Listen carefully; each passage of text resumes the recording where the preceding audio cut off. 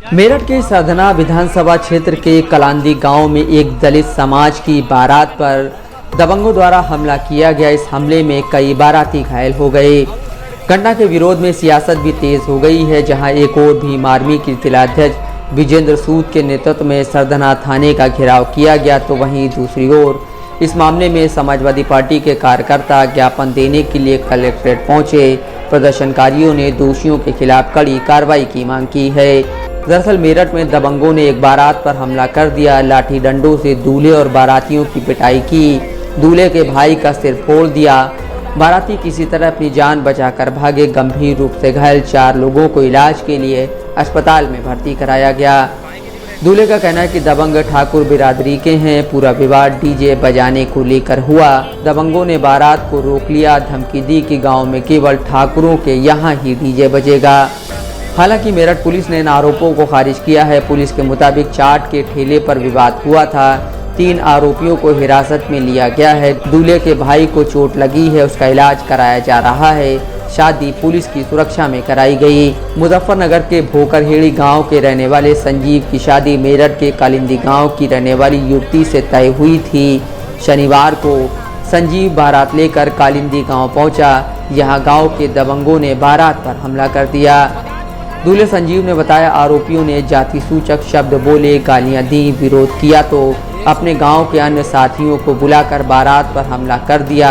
मेरे भाई गोविंद को लाठियों से पीटा, उसका सिर फट गया। मेरी बहन अंजू बचाने पहुंची तो उसके साथ भी मारपीट की। बारात में शामिल महिलाओं को दौड़ा कर पीटा। जब बाराती भागने लगे तो हमलावरों ने कार से पीछा किया। किसी तरह हम लोग भागकर सरधना थाने पहुंचे। सूचना पर पुलिस मौके पर पहुंची, मगर तब तक हमलावर मौके से फरार हो गए थे। पुलिस ने घायल गोविंद को अस्पताल भेजा। बारात पर हमले के बाद गांव में चीख पुकार मच गई। महिलाएं भी घबरा गईं। उधर दुल्हन पक्ष के यहां शादी की रस्मों को भी रोक दिया गया। दूल्हे संजीव ने बताया, दबंगों ने मुझे भी बुरी तरह से पीटा। मेरी सोने की 2 अंगूठी और एक ब्रेसलेट उतार लिया। मेरे चाचा के हाथ से बैग छीन लिया, उसमें 2 लाख रुपए कैश था। हमलावरों ने कहा, दलितों की कोई बारात नहीं आएगी यहाँ पर, हम ठाकुर हैं, ये ठाकुरों का गांव है, यहाँ केवल ठाकुरों की बारात चढ़ेगी, दलितों की नहीं। बारात में केवल ठाकुरों के यहाँ डीजे बजेंगे।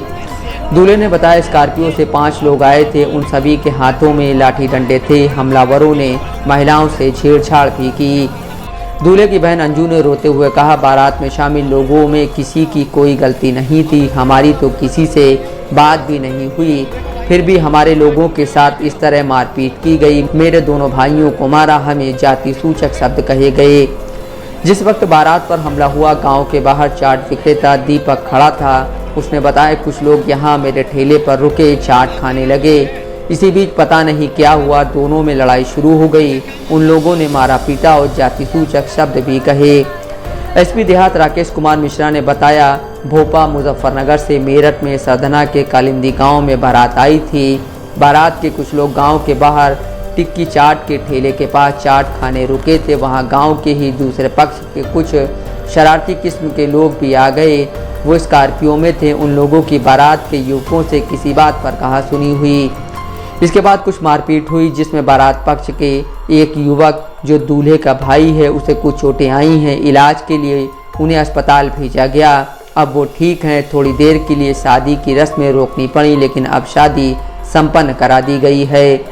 भीम आर्मी प्रमुख चंद्रशेखर आज़ाद और राष्ट्रीय अध्यक्ष विनय रत्न सिंह ने वीडियो कॉल के जरिए से पीड़ित परिवार से बात की है। उन्होंने परिवार को न्याय दिलाने का भरोसा दिया है। मामले में पुलिस ने त्वरित कार्रवाई करते हुए 2 आरोपियों को गिरफ्तार कर लिया है। गिरफ्तार आरोपियों में तरुण पुत्र धर्मेंद्र और निशांत उर्फ छोटू पुत्र राजपाल शामिल हैं।